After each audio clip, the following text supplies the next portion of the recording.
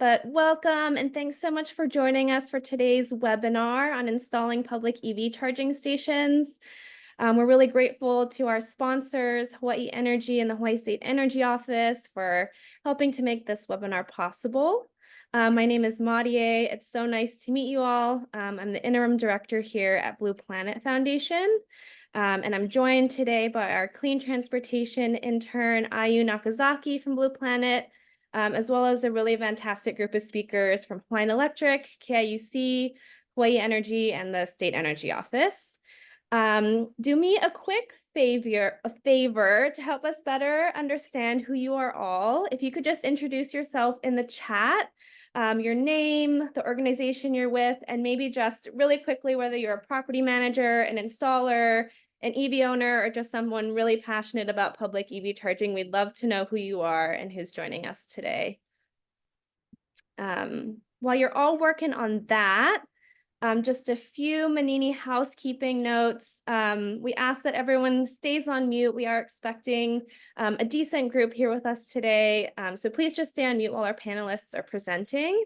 If you do have questions at any point during the webinar, feel free to drop them in the chat. We'll have people active in the chat trying to address them as we go, and then we'll have a Q&A session at the end of the webinar to hopefully get all your answers to all your questions. As you all notice when you sign in, yes, we are recording the session, and we'll be sure to send out a link to the recording in the next few days in case there's anyone else who you might want to share the session with.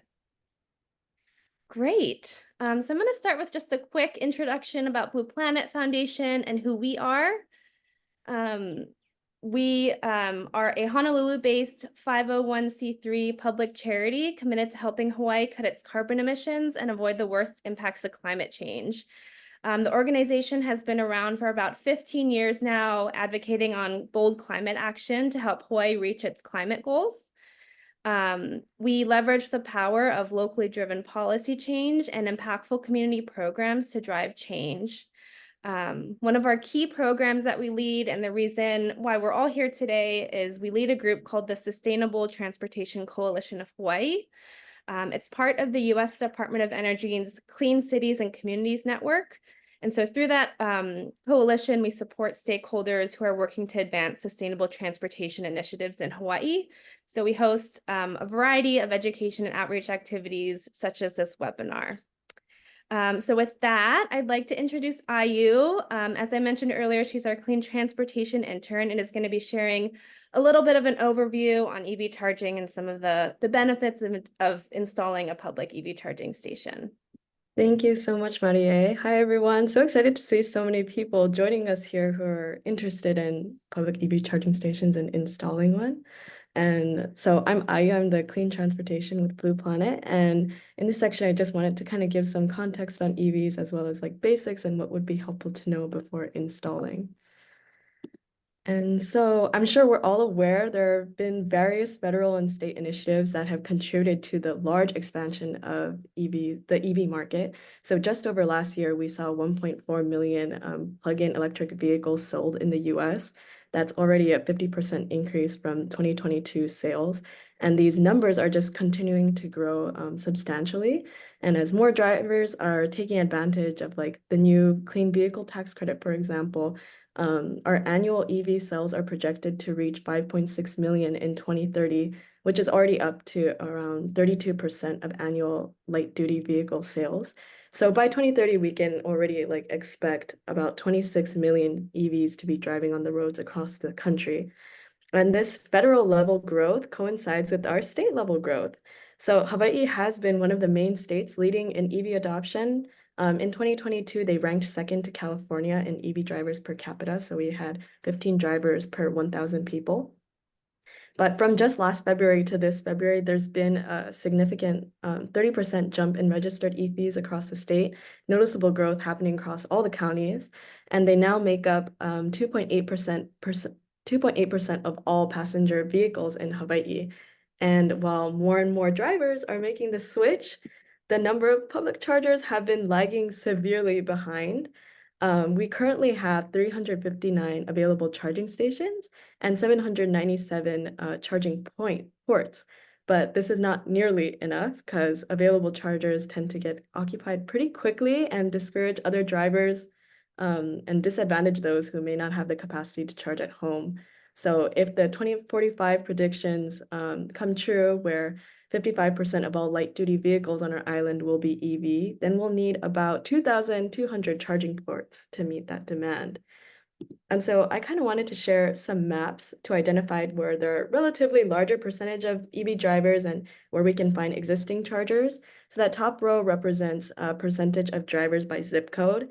And below that, there's green dots indicating where charging stations are. And I also have the number of charging stations on each island. But combining those maps, we can kind of better visualize where infrastructure is lacking the most and where there might be opportunity to have a charging station. So like take, for example, like 96704 zip code area on Oahu. I don't know if you see my hand over here, but that's like that around like Kapolei. But 3% of the drivers there drive an EV, so that's like a couple thousand, but there's only 2 stations in that area. So that's obviously not enough at all. And as we can see this across all the islands, as more and more people switch to an EV, they're going to be more worried about if they'll have the access to charge their car and if they can make long commutes to reach businesses or go shopping or get to work and so on. So having an EV charging station might be that make or break whether locals will visit the area or not. Installing an EV charging station can definitely help places stand out. So for example, 78% of US consumers reported that a sustainable lifestyle is important to them. And I know that like younger generations or like maybe like current college students like me who will soon be taking greater part in the economy, we're more likely to spend our money towards businesses that care about the environment and their social impact. So being an early adopter of a charging station can help develop that trust and that show that commitment. And then of course, since range anxiety is a major concern for current drivers and also potential EV drivers, helping to build infrastructure will spur more EV adoption. And if you stand out as a property that offers their consumers chargers, then definitely that'll increase the likelihood of people coming in to visit your business nearby and from afar. So 78%, in a survey, 78% of respondents said they're more likely to visit a business that had a charging station, for example. But of course, there's numerous environmental benefits as well. Supporting EV infrastructure supports EV drivers and adoption, so that by 2045, we'll see those projected 56% decrease in carbon dioxide emissions from 2015 levels. And our light duty vehicle emissions will also drop down to just 1 million tons, which in comparison to 2017, we had 10 million metric tons from transportation. And in supporting this transition, this also promotes the health of our communities, especially keiki, who are vulnerable to like air pollution and particulate emissions that are associated with cardiovascular and respiratory diseases. So as you consider installing a public charging station, it's very important to know the various different levels that you might consider. So level 1 uses the least power, and it's used mainly privately in homes where people can like charge overnight. So you'll see that majority of commercial chargers are going to be level 2. There's like about 703 on the island, or DC fast chargers or DCFC. There's about 93 on the island. So level 2 chargers will gain about 25 miles per hour of charging. So they're great for where people are going to be parked for a few hours or extended amount of time. But if people are going in and out and spending less than an hour, then maybe a DC fast charger can bring great business advantages. A DC fast charger, however, does involve a lot more power and than a level 2 charger, and therefore costs a lot more to install. And then finally, another thing that you can consider is network or not network your charger. Connecting your charger to a network has many benefits because one, it's connected to the internet. So you can have remote access. Drivers can also see where your charger is and if it's available, if it's in use. You can access station usage analytics and monitor energy usage. So if you're interested in generating any sustainability reports, you can definitely incorporate those numbers. And finally, you can also set up a payment system while also controlling who has access and when people have access. Maybe you want to limit to business hours, for example. But this is, of course, at an additional cost. And a third-party company will also be operating that charging station. If you choose to maintain it as non-networked, it is much cheaper and would be kind of accessible to everyone basically, since there's no smart system to control it. But you won't have any of those benefits that I just listed, and typically would be a free charging station unless you set up like your own manual payment system. But now that we've had like a brief overview, we can actually get started on installing a charging station. So I'll pass it over to Kevin from Hawaiian Electric Company. Thank you. Thank you, Ayu. Let's get my slides up here. All righty. Hi, everyone. My name is Kevin Hashi, and I'm a product manager with Hawaiian Electric. So I manage the Charge Up Commercial program. And Charge Up Commercial is a pilot that helps commercial customers reduce the upfront cost of installing EV charging. So we do this by Hawaiian Electric will cover the make-ready infrastructure that can then support 4 to 6 level 2 chargers. And those would, as Ayu was saying earlier, they would have to be network chargers. So what do I mean by make-ready infrastructure? Hawaiian Electric would cover the infrastructure that's down here in the diagram that's purple, basically giving you the ability to then install the chargers. And make-ready infrastructure can really be the lump sum of what it costs to install multiple charging stations. So Hawaiian Electric will pay for up to $90,000 in make-ready infrastructure under this pilot program. And then the customer would be responsible for owning, installing, and maintaining the EV charger itself. So here is some outline on what charging equipment can qualify. So the participant can choose charger from different vendors, what works best for them, as long as it meets industry standards that come on most network chargers. And so it also will have to support multiple payment options. So if you are looking to charge users to charge, then it would have to support either RFID with the cell phone or credit card usage as well. And if they're publicly accessible chargers, then it would have to be one charging station would have to be ADA compliant, and that can't take over from an existing ADA stall. So it'd have to be an additional stall. So if you're installing 4 chargers, then it would likely need to have 5 spaces to accommodate that ADA stall. The chargers will have to remain operational for a 10-year period, and then there's also a data sharing agreement for 5 years. So sharing like 15-minute interval data with Hawaiian Electric, as well as the charging session data that the vendor could provide Hawaiian Electric. And on the bottom there shows how chargers can be either single port or dual port. So under this program, we don't have a preference either way, what works best for the customer. So there are some benefits to dual port, as it could be less expensive. The chargers that the customer will install will be on a separate meter and under a commercial EV rate. So either EVJ or an EVP rate. And these rates are based on time of use. So to align with renewable energy when the sun is shining during the midday, and to incentivize people to charge during that time, the rates will be lower during the midday, as opposed to when you get home from work and everyone's turning on their washer machines and overnight. So that's just a way to align with the solar energy integration and make the grid a little bit cleaner. So now I'll discuss a little bit about eligibility and selection. And so the application portal for this pilot is closed. We received about 70 applicants. There was a lot of interest over this, but it is a pilot program. So part of a pilot program is to develop learnings. And from those learnings, we are hoping to expand into a permanent program in the coming years.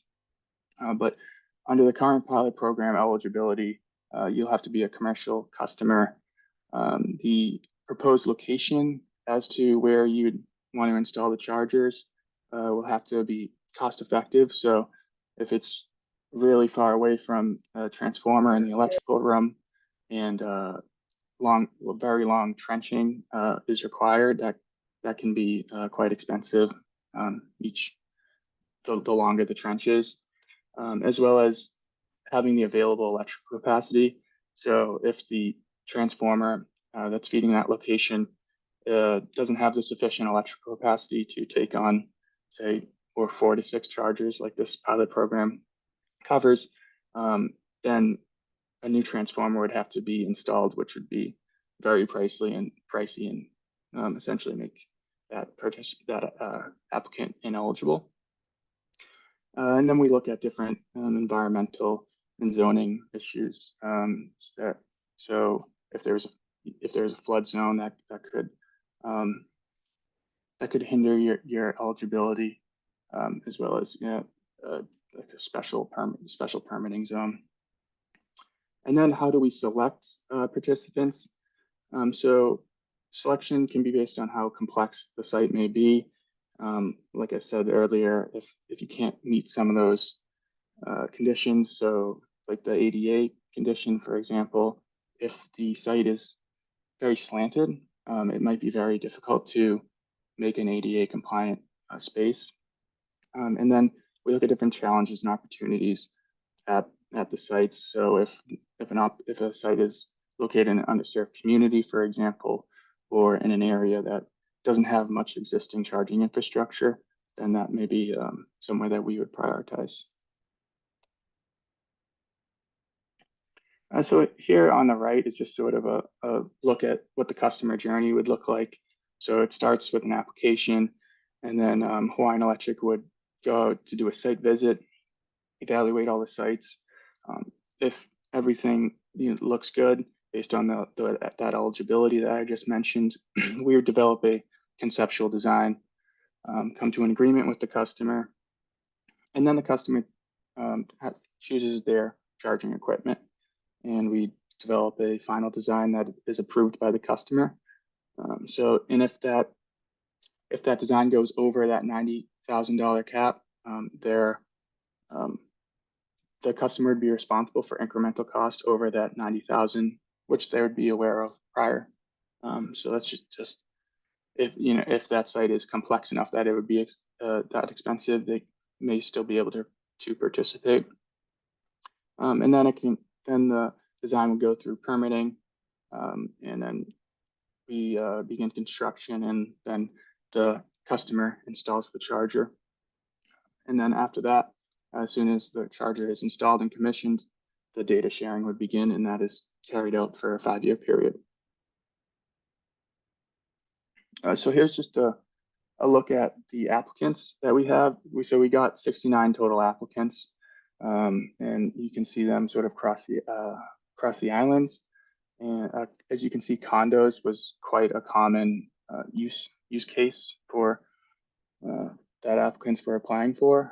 Also, there's different shopping centers, and we project that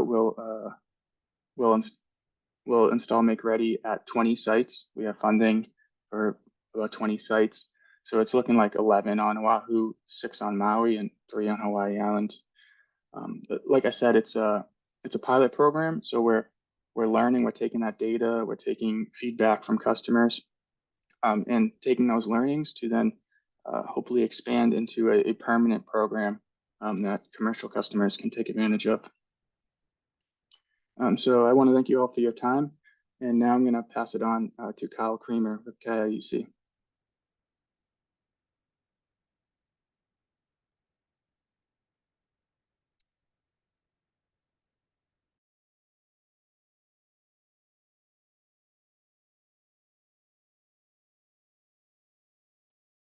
You're on mute, Kyle.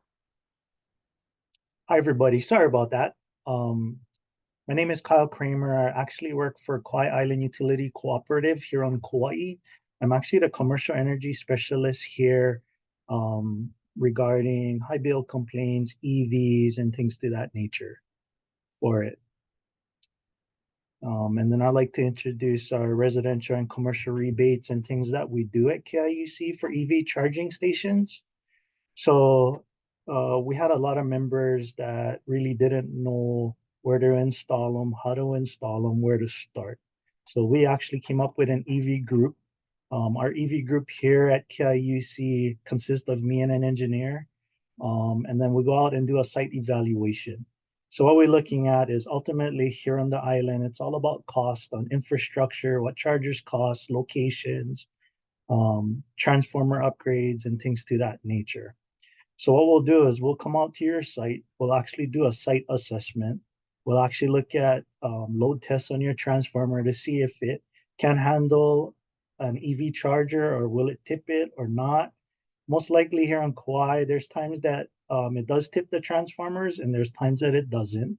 For it, we also look at obstacles because most people know about their business and what they're doing, but they don't understand we can't put it in this location because of drainage.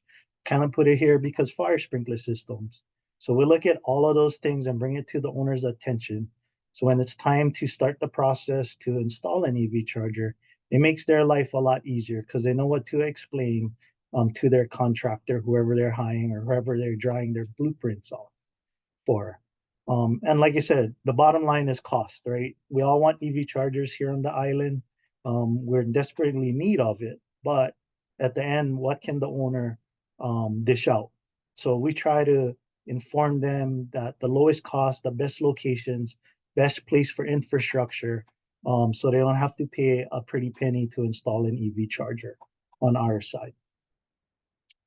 So this year, we actually came up with new rebates. Last year was pretty much kind of like a pilot program. And then we noticed that infrastructure cost, electrician cost here on the islands, just by flying things in because there's not things locally here, it actually came costly for it. So we created and revamped our commercial EV charger rebates and actually also our residential that we added. We had customers asking for both on that side. So when we look at, say, like a commercial EV charger rebates here at KIUC that we'll be giving out is in 2023, if you installed an EV level 2 charger at a commercial member business, it was at $5,000. When I talked about infrastructure costs, we noticed that things got a little costly. So what we did is we put in a line. So if your total EV rebate charger, including drawings, infrastructure, plans, your charger and everything is over the $45,000 range, right? KIUC is willing to give a rebate of $10,000 for it. If it's under the $45,000 range, we still are doing a $5,000 rebate incentive for our members.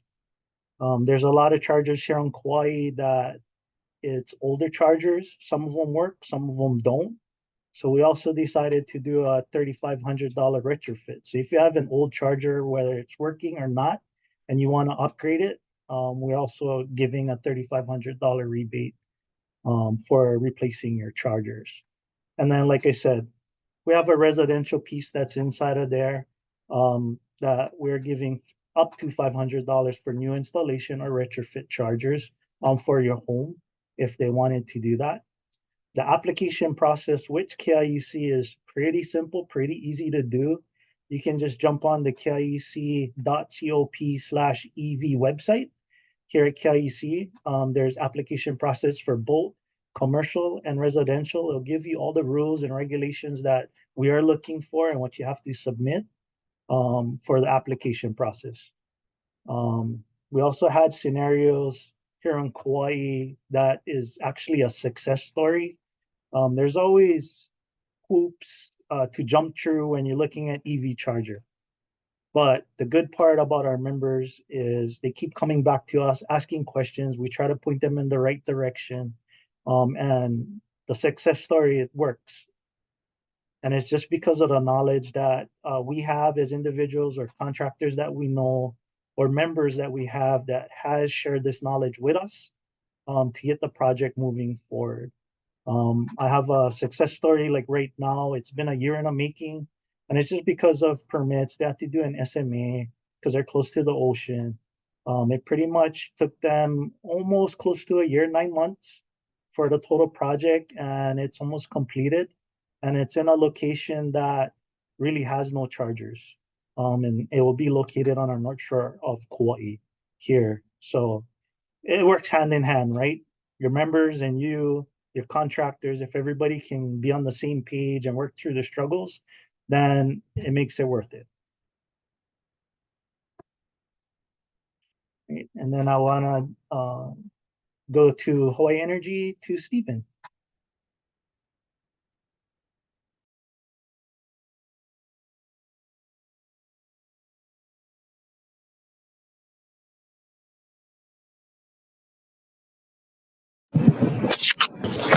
Hey. All right. Thank you, Kyle. Hi, everyone. My name is Stephen Vukovic, and I'm with Hawaiian Energy. We at Hawaiian Energy implement the state's energy efficiency program to help local families and businesses make smart energy choices. We're working toward the state's mandates of 100% clean energy for electricity generation and statewide carbon neutrality by 2045. As part of the goal to be carbon neutral, the state enacted the Electric Vehicle Charging Station EVCS rebate program, which I administer as a program implementer. The state has been funding this program several years now, essentially on an annual basis. Since 2020, we have paid out over $1.4 million in state funds for EVCS rebates, including in Kauai, where our rebate can be combined with the rebate from the KIUC as well. The state funding has supported the installation of over 300 chargers, comprised of level 2 stations and DC fast chargers. We currently have around $523,000 left for this program year, which applies to chargers installed by June 30, 2024. Well, what about chargers installed after this date? Well, you can see a pattern that we've continued this rebate program annually for several years, so it's very likely we will continue for another program year with any funds that are left over by July 1st in conjunction with any additional state funding. So that's the program and funding at a high level. Now let's get into how much money you can get per charger. For level 2 network chargers, we give up to $2,000 for new installs and $1,300 for retrofits. A new install refers to placing a charger in a stall which did not previously have one. A retrofit refers to replacing an outdated or broken charger with a new one. For multi-port chargers, which are essentially dual-port chargers, we provide up to $4,500 for new installs and $3,000 for retrofits. So if you're deciding between installing one port or multiple ports, keep in mind that if you install 2 ports next to each other by placing them together or mounting them on the same pedestal, you can get $4,500 for the 2 instead of just $2,000 for 1. We also provide bonus incentives on top of these amounts for qualifying affordable housing properties. For DC fast chargers, we provide up to $35,000 for new installs of a charging system and $28,000 for a retrofit. Each site can receive up to 2 DC fast charger rebates per program year. So here's a summary table of what I just covered. The deadline to apply is 12 months from the effective date of your charger. So for example, if you install and activate a charger by June 30, you have 12 months until June 30 of next year to send in your application materials. The bonus for affordable housing is $5,000 per station at an existing property and $1,500 at a new property. To be eligible, the install must meet our program requirements. So that includes it must be available to multiple users. If your charger is publicly available or available to multiple tenants, employees, customers, or guests, or available only for private EV fleets, then it would meet this requirement. The equipment itself must be networked and provide a minimum of 3 kilowatts for level 2 and 40 kilowatts for DCFC. We don't have an approved charger brand or list, which I believe makes things simpler. Signage must also be installed indicating that the stall is reserved for EV charging. So we're going to start with your EVCS project. On our website, we have a Clean Energy Ally CEA vendor directory, which essentially are contractors that are familiar with our rebate programs. These CEAs include distributors, engineers, design consultants, installation contractors. Site hosts can reach out to these folks to get a quote or consultation on EVCS projects. You can even use contractors that aren't on our list for the EVCS rebate program. One of the most important considerations for installing a charger is the cost. The data I'm showing you here is from costs reported on rebated applications through June 30, 2023. And by cost, I'm referring to total project costs inclusive of equipment, installation, labor, etc. You can see the range for a multi-port charger goes from $3,000 to $68,000, but more crucially is the median cost of $9,000, meaning half of rebated chargers were below this cost and half were above it. Speak with an electrician to determine what your project cost might look like, as electric capacity and charger distance from electric equipment has a large impact on costs. They can also let you know if you might need a permit, such as if you need to upgrade an electric panel. With that said, a rebate of $4,500 for a multi-port charger covers at least 50% of the project cost for half of our rebated multi-port stations. DC fast chargers are more expensive with a median project cost of $106,000. So the $35,000 rebate would cover a third of the cost in that scenario. To apply for the rebate, fill out the rebate application found at hawaiienergy.com/EVCS. In most cases, the site host is considered the applicant, even though the contractor may help you fill out the form and submit the documents for you. In the form, you can assign the rebate payment to whoever you like, such as to the site host, to a parent company, to the contractor. Also take photos of the EVCS charging unit, the signage and parking stall, collect the final paid invoices for EVCS equipment installation, gather the EVCS specification sheets, and collect the W-9 form and email that to Hawaii Energy evcs@leidos.com. Remember, you can do all this up to 12 months after the charger was installed, so there's no need to inform us in advance of your installation, but it could be helpful to reach out in advance if you wanted to check that the project appears eligible for the rebate. So rebated charging stalls can be found at all of the below. Basically, wherever people live, work, play, and more is your location next. And here are a couple of case studies of rebated chargers. I received permission to share these details from the applicants. This one is at Waikiki Galleria Tower, which hosts office space and businesses in Waikiki. They installed 3 retrofit single port chargers in the parking garage for $15,000. They got a $3,900 rebate. They said at least one charger is in use every day. They're generating money from charger usage fees, and they have more EV customers than before.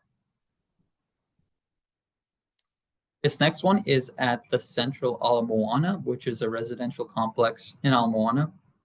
They installed 6 new single port chargers in their garage for a cost of about $11,900. And we paid them actually that amount of the cost because each single port is worth $2,000. 2,000 times 6 is $12,000. So we max it at your project cost if it's below the calculated rebate.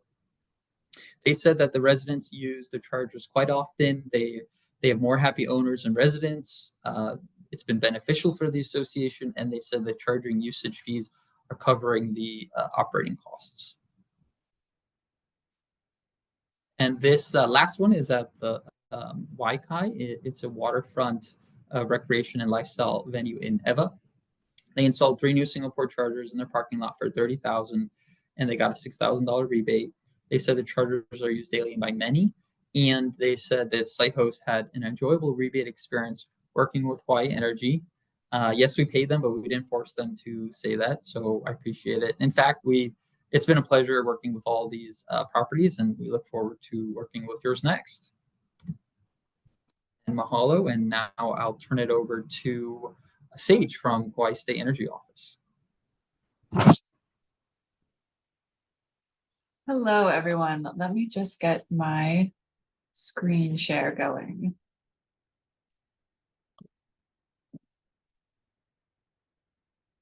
All right. Hi, my name is Sage Lang. I'm from the Hawaii State Energy Office. I'm the Volkswagen Settlement Specialist over there, which means I run the myriad of programs that fall under the purview of the Volkswagen settlement and how we use those funds. And today I'll be talking about something related to, but slightly different from the other participants. It's called the Diesel Replacement Rebate Program, which will be launching year 3 tomorrow. And this is primarily focused on medium and heavy duty vehicles and fleet electrification. So I'll get into that, and then feel free to let me know if you have any questions at the end. So this is a rebate program. It's focused on replacing an existing medium and heavy duty diesel vehicle with an electric or hydrogen equivalent. So it offers a 45% rebate to offset the purchase of that zero emission vehicle, and that existing diesel vehicle must be scrapped. Eligible applicants are public and private organizations within the state of Hawaii, and the projects can be anything from a medium and heavy duty truck, a bus, as well as non-road vehicles or equipment such as those found at ports, airports, and agricultural tractors. And so the tie-in here for the webinar is that the EV projects can include a charger. So that 45% rebate will cover 45% of the charger as well. And so this is year 3 of the program, and we have about $1 million available for rebates this year. So this program is opening tomorrow at 9 a.m. Hawaii time. Applications will be available online. You can go online and look at that button there. There isn't anything there right now, but starting at 9 a.m. tomorrow, that link will be live and you'll be able to fill out your application there. We encourage multiple applications per organization, but it will be 1 application per vehicle. And this is a first come, first served program. So applications will be reviewed in the order received, and eligible applications will have funding reserved in the order that they are received. So if you want to take a look at some more in-depth information, I'm not going to be going through all the different things that are required on the call today, but you can go online and download the year 3 program guide, and that will tell you all the information you need, as well as all the information you need to have ready when you apply. You can also take a look at a sample application, and that will give you a sense of what the application will actually look like when it opens tomorrow. So a high-level view of the process. The organization will apply online, and if the project is eligible, at that point, funds are reserved. And then the participant will sign a participation agreement as well as the eligibility statement, and that is when the project begins. And so slightly different than some of the other rebates that were mentioned, funds for this program can't be applied to projects that are already happening or have occurred in the past. So the purchases need to occur after the participation agreement and eligibility statement has been signed. After the participant receives their new vehicle, then they will scrap their old vehicle. And there are guidelines on how to do that and document it appropriately. And then you will provide that final documentation to me, and then at that point we issue the check. And so the project deadline is September 30th, 2026. And that is, you know, a little over 2 years from now, but if extensions are needed towards the end of that time period, we can have that discussion as needed. So just a quick wrap up on that very quick video presentation there. You can find a video recording of the webinar that I hosted last week. That was a more in-depth overview of what is involved in the program, what you'll need to apply, the different documentation requirements, and that can be found online at the website you see on the screen. That's also where you'll find the application itself, as well as the program guide.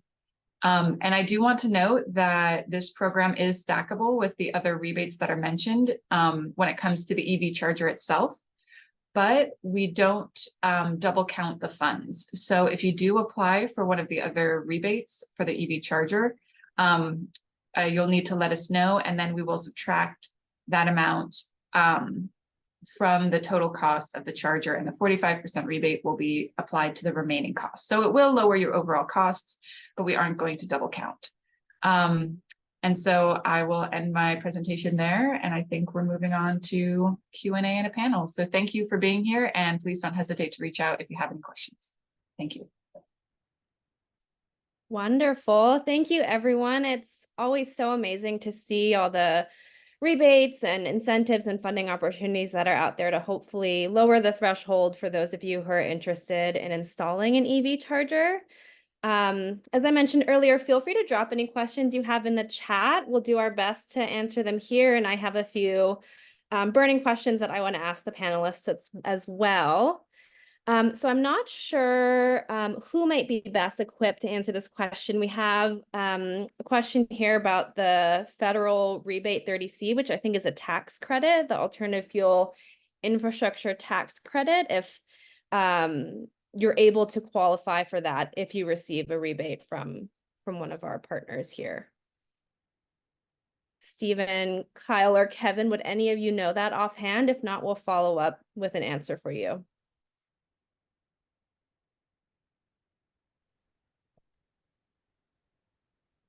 I'm getting silent, so it sounds like we're going to be following up with an answer for you.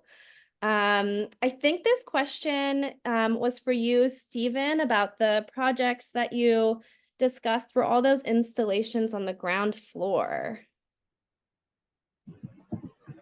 No.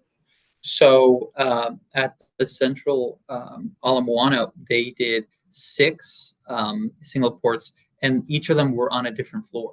So I believe they went in the parking garage from floor 1 to 6, or however they did it. I know it was 6 different levels, and so each level has its own communal charging station. Yeah. Okay, great. Maybe if each of our panelists, this is a question for me, just a really quick answer. I think there's a lot of misconceptions about installing EV charger stations. What's one that you've frequently heard of, and one that you want to address and today? Maybe we'll start with Kyle.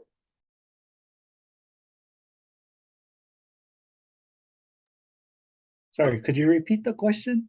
I missed it. Yeah, I'm sorry. What are some common misconceptions about installing EV chargers that property owners should be aware of that you want to address today? So for here on Kauai, the misconceptions that we've been getting is our commercial members, KIUC takes care of things from the transformer. Anything after the transformer actually belongs to the member of a commercial business. So that's the misconception. Residential's is a little bit different. KIUC will take care of all the way up to the meters for it.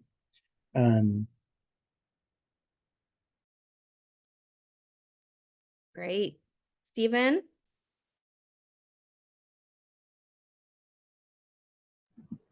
Yeah, so I would say for property managers or employers or board members, sometimes when they're deciding whether or not to install a station at their location, they might only look at the number of EVs their tenants or employees currently have, and oftentimes it might not be much. So, but observation alone doesn't measure interest. So instead, I encourage folks to send out a survey, formal and informal, and ask if their tenants or employees plan to switch from gas powered to EV in 1 year, 2 year, 5 years from now, or if installing a charger would be a deciding factor in them getting an EV at all, or if they would get one sooner than otherwise.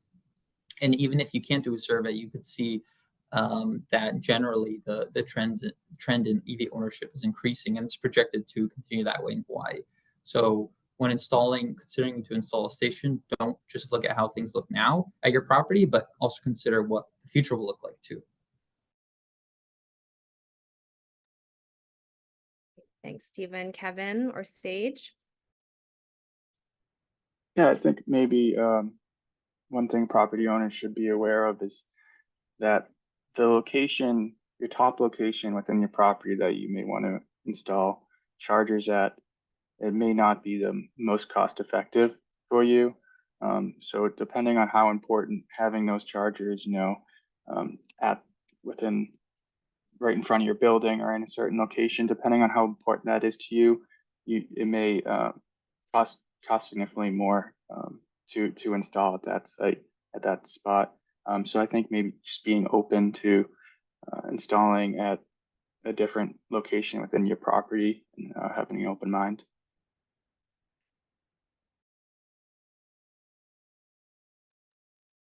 So I'll say that in relevant to my program and experience, I often hear that medium and heavy duty EVs are too expensive, which I completely understand. They are very expensive compared to a diesel or gas vehicle, especially right at the outset. But that's what programs like this one exist to try to ease that transition into EVs. And these fleet owners find that over time, EVs are less costly to maintain, they're less costly to fuel, and I think that that will be the trend going forward. Great. This might be another question for you, Stage. Did the state receive NEVI funding? Is that what is paying for these programs? So the state did receive NEVI funding. That's a different category of funding than what I'm talking about today. The funds that I'm talking about today are from the Volkswagen settlement, which was awarded to each state a number of years ago and is used to fund programs like this that reduce pollutants, diesel pollutants in the state environment. The NEVI funding is managed by the Hawaii Department of Transportation. They have a plan that you can read online. I think they've already installed 2 of their chargers, and they have plans to install, I think, 6 more by the end of the year. So you can reach out to someone at HDOT or read their plan online if you'd like to know a little bit more about the NEVI funding. Great. Next question from the chat might be for Kyle or Kevin. How are properties handling charger maintenance issues, damaged connectors, and sun-damaged equipment? Any answers there? Yeah, good question. So we know maintenance is a big issue across the EV charging landscape. Oftentimes chargers are down when drivers are going up to them to charge, and so it's a big issue. Within the charge up commercial pilot, we do require there to be a maintenance agreement that you would then have with the service provider. So that's just how we ensure that the chargers are going to be operational. We just if we're going to install the make-ready infrastructure for you, want to ensure that the chargers are working.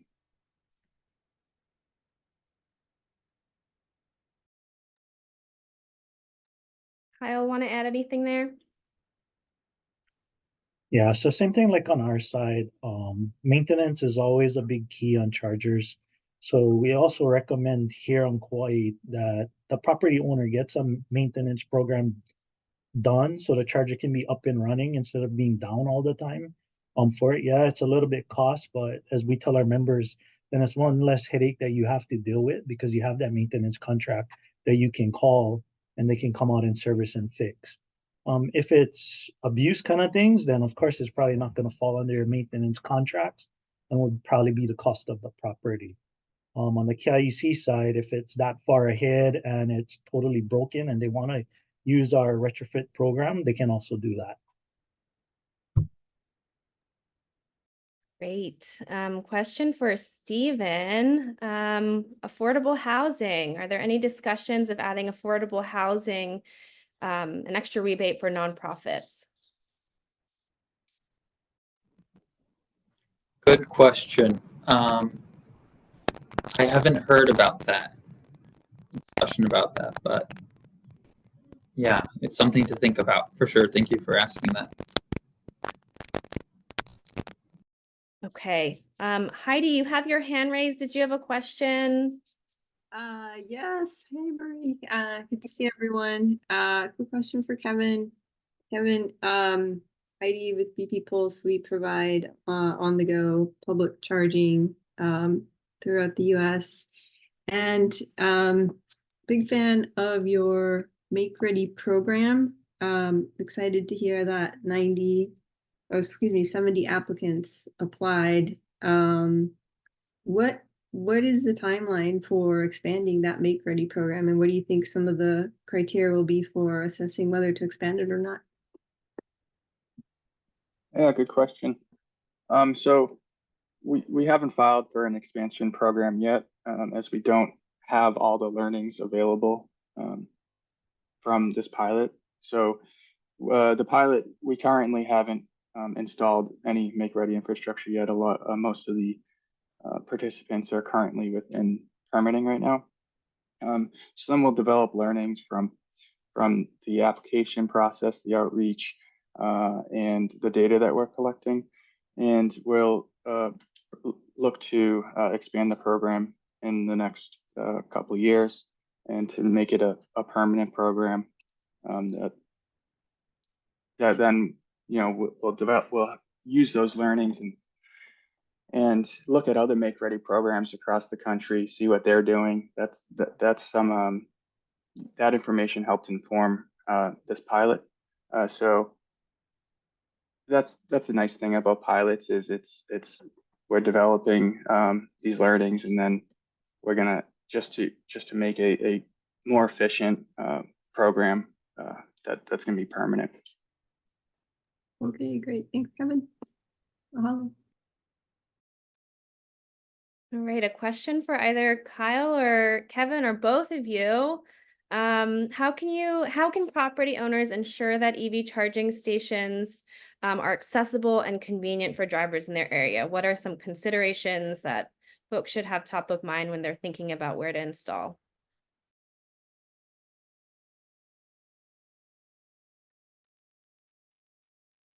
Yeah, I think So I'm sorry, go go ahead, ahead, Kyle. Kevin. Go ahead. I think one feature that's nice on chargers, nice thing to have on chargers is it's like at the top of the charger, there's like a retractor systems that will handle the cable management. So rather than the cable, which can sometimes be quite long, rather than that cable just laying on the ground in between a couple parked cars, causes a tripping hazard. That it will kind of guide the cable up to keep it overhead and out of the way. So I think that's a nice feature to have on the chargers. Not placing chargers in like the back of a parking lot that has no lighting. And you pull up to any gas station, you have usually you often have a canopy and it's very well lit. So it's tough to mimic that, but having adequate lighting is, I think, like the bare minimum at least. And there's studies after studies showing that good lighting leads to safer, more secure outcomes.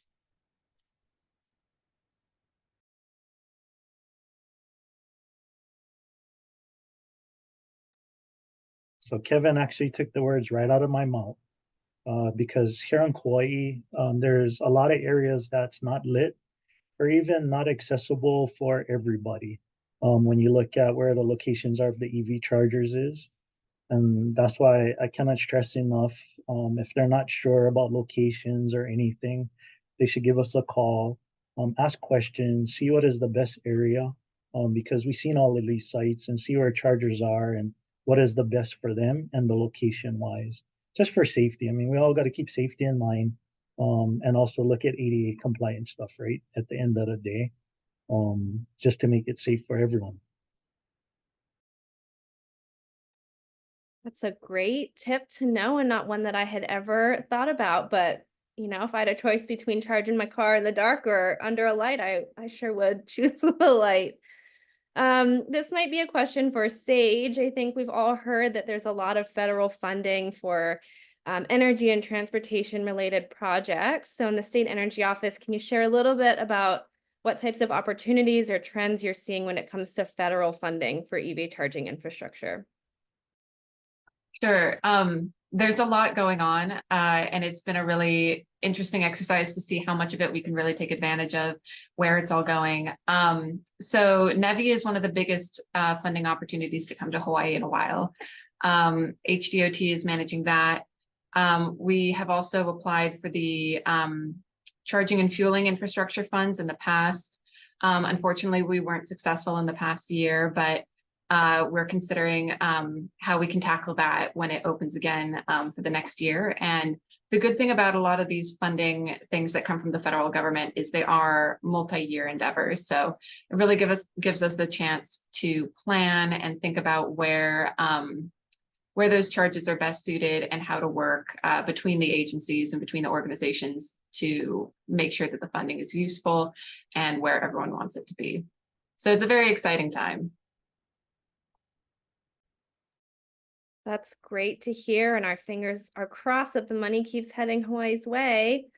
There's a really kind of tactical question here in the chat that I'm going to read out loud and hopefully get your help answering. I want to use my acreage to produce energy with battery storage and install fast charging stations to resell that electricity. Do I have limitations or any known restrictions?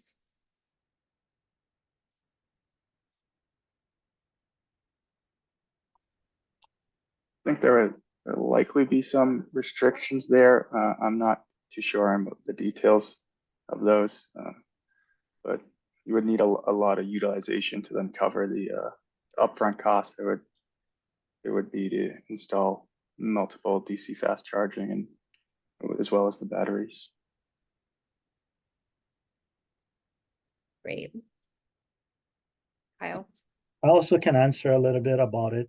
Here in Kauai, if you want to do an off-grid system, that should be fine on your side. At KIUC's level, we're kind of not in the business to resell or repurpose or buy any more power from our members.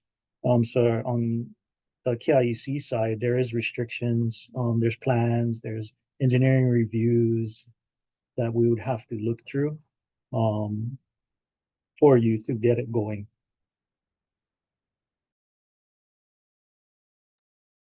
Great. A question here around permitting. Permitting in Hawaii takes around 8 to 12 months for electrical work. Is Hawaii prioritizing EV charging permits under any of these programs?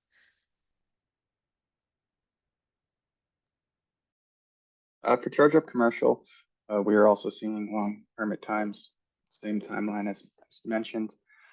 So I don't believe they're being prioritized, but don't quote me on this, but I think there may be a prioritization within home charging scenarios.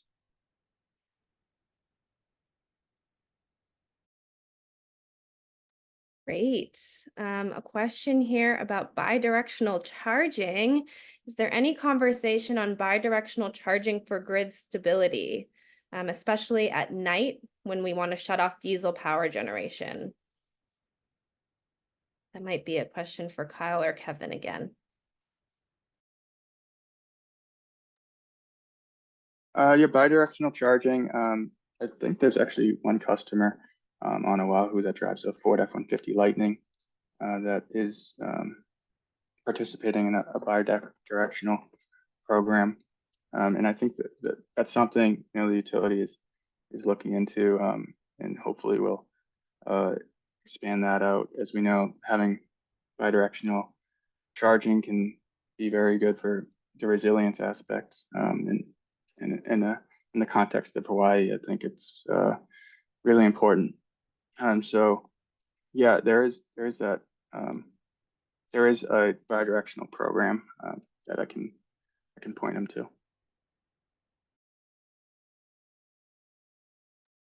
Alrighty, guys, I can't believe it, but it is already 1 o'clock and we are at time for our webinar.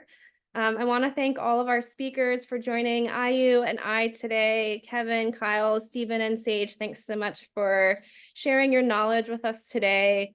As I mentioned at the start of the call, we'll be following up early next week with a recording of the webinar, as well as a list of some of the resources that our speakers shared today, to hopefully help you on your journey to installing your own public EV charging station. So thanks so much for joining us, and have a great week. Thanks, everyone. Thank you.